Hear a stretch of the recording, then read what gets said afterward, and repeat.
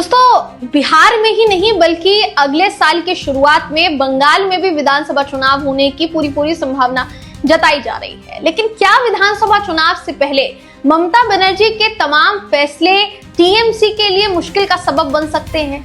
ये सवाल अब क्यों खड़ा हो रहा है, इस खबर में आपको बताएंगे। आखिर तक इस वीडियो को आप जरूर देखिएगा। नमस्कार, मेरा नाम है जयंती झा और आप देख रहे हैं भारत वॉइस। ममता बनर्जी ने एक ऐसा फैसला ले लिया है जो न सिर्फ चर्चा का केंद्र बन चुका है, बल्कि केंद्र सरकार के साथ विपक्ष का जो साथ मिल रहा है, विपक्ष का जो गठजोड़ नजर आ रहा है, उससे अलग थलग नजर आ रही है ममता बनर्जी।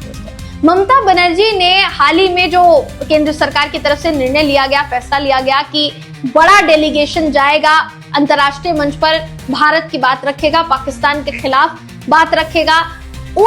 उस डेलीगेशन में टीएमसी से यूसुफ पठान को भी हिस्सा बनाया गया था, मगर अब ये कहा जा रहा है कि ममता बनर्जी ने या टीएमसी के नेतृत्व ने यूसुफ पठान समेत किसी भी नेता को अपनी पार्टी से ना भेजने का निर्णय लिया है। यानी ये कह दिया है कि उनकी पार्टी से कोई भी इस डेलीगेशन का हिस्सा नहीं होगा।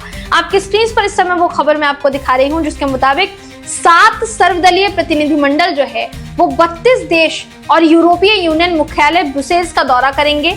इस कूटनीतिक मिशन से पश्चिम बंगाल की मुख्यमंत्री ममता बनर्जी की जो पार्टी है तृणमूल कांग्रेस, उसने खुद को अलग कर लिया है। इस प्रतिनिधिमंडल में पूर्व क्रिकेटर और बहरामपुर से टीएमसी सांसद यूसुफ पठान को शामिल किया गया था। अब ये कहा जा रहा है कि उनको रोक दिया गया है। टीएमसी ने ये साफ तौर पर कह दिया है कि उसका कोई भी नेता विदेश जाने वाली इस टीम का हिस्सा नहीं बनेगा। इसको लेकर पार्टी की तरफ से फिलहाल आधिकारिक कारण क्या है, इसके पीछे की वजह क्या है, क्यों रोका गया यूसुफ पठान को या किसी भी नेता को इस डेलीगेशन का हिस्सा बनने से, ये अभी तक सामने नहीं आया है। दोस्तों, वजह जो है वो अभी तक सामने नहीं आई है, मगर इतना तो क्लियर हो रहा है कि भारतीय जनता पार्टी जो केंद्र की सत्ता में विराजमान है, केंद्र सरकार के तौर पर कार्यरत है, केंद्र सरकार द्वारा किए गए किसी भी काम से टीएमसी खुद को दूरी बनाती हुई जो है वो नजर आ रही है। सांसद आतंकवाद पर जीरो टॉलरेंस की नीति पूरी दुनिया में बताएंगे। अगर इस डेलीगेशन की बात की जाएगी दोस्तों, तो जीरो टॉलरेंस की नीति भारत की किस तरीके से है। हमारे देश में जितने भी विपक्ष के सांसद हैं, जिनको भी इस डेलीगेशन का हिस्सा बनने के लिए चुना गया है, वो तमाम लोग भारत का पक्ष जाकर रखेंगे, चाहे वो अभी की सरकार का पक्ष हो, चाहे वो पुरानी सरकारों का पक्ष हो।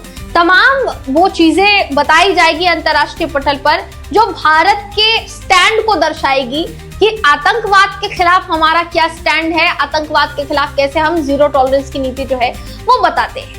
ऐसे में अभी टीएमसी द्वारा अपने सांसद को पीछे खींच लेना या ये कह देना कि हमारा कोई भी सांसद इस डेलीगेशन का हिस्सा नहीं बनेगा, ये टीएमसी या ममता बनर्जी के खिलाफ आने वाले समय में नुकसानदेह साबित हो सकता है। इसमें कोई दो राय नहीं है दोस्तों। अगर देखा जाए तो ये बात हो रही है देश की, बात हो रही है भारत की, और भारत की जब बात होती है, जब देश की बात होती है, तो विपक्ष ने अपने तमाम अलग अलग रायों को साइड में रखते हुए, अलग अलग विचारधाराओं को साइड में रखते हुए भारत की सरकार का समर्थन करने का निर्णय लिया था। आपको याद होगा पहलगाम में जो हमला हुआ, इतना बड़ा हमला हुआ, उसके बाद एक सुर से विपक्षी सांसदों ने, विपक्षी पार्टियों ने साफ तौर पर कहा कि चाहे जो भी निर्णय हो भारत की सरकार का, हम उस निर्णय के साथ हैं, हम उस निर्णय में भारत सरकार का समर्थन करेंगे और इसमें कोई दो राय नहीं है कि हम कंधे से कंधा मिलाकर चलेंगे। भारत सरकार चाहे कोई भी निर्णय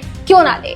भारत सरकार ने जो फैसला लिया, उसके बाद पूरा का पूरा विपक्ष एकजुट, एक सुर से खड़ा हुआ भारत की सरकार के साथ। मगर अब जब बात आई है अंतर्राष्ट्रीय पटल पर पाकिस्तान को बेनकाब करने की, उस समय में इस डेलीगेशन से टीएमसी का दूरी बनाना या अपने नेताओं को अलग थलग कर देना, ये कई तरीके के सवाल खड़े कर रहा है दोस्तों। ऐसे में देखने वाली बात ये होगी कि आने वाले दिनों में इस पर क्या प्रतिक्रिया खुलकर देती हैं ममता बनर्जी, या फिर अगर प्रतिक्रिया नहीं देती है तो फिर इसका गलत असर पड़ता हुआ नजर आएगा उनके आने वाले चुनावी समय के लिए, या फिर सही असर पड़ेगा। आपकी क्या राय है दोस्तों, आप क्या सोचते हैं, कमेंट करके जरूर बताइएगा। अगली वीडियो में आपसे फिर मुलाकात होगी, तब तक के लिए नमस्कार।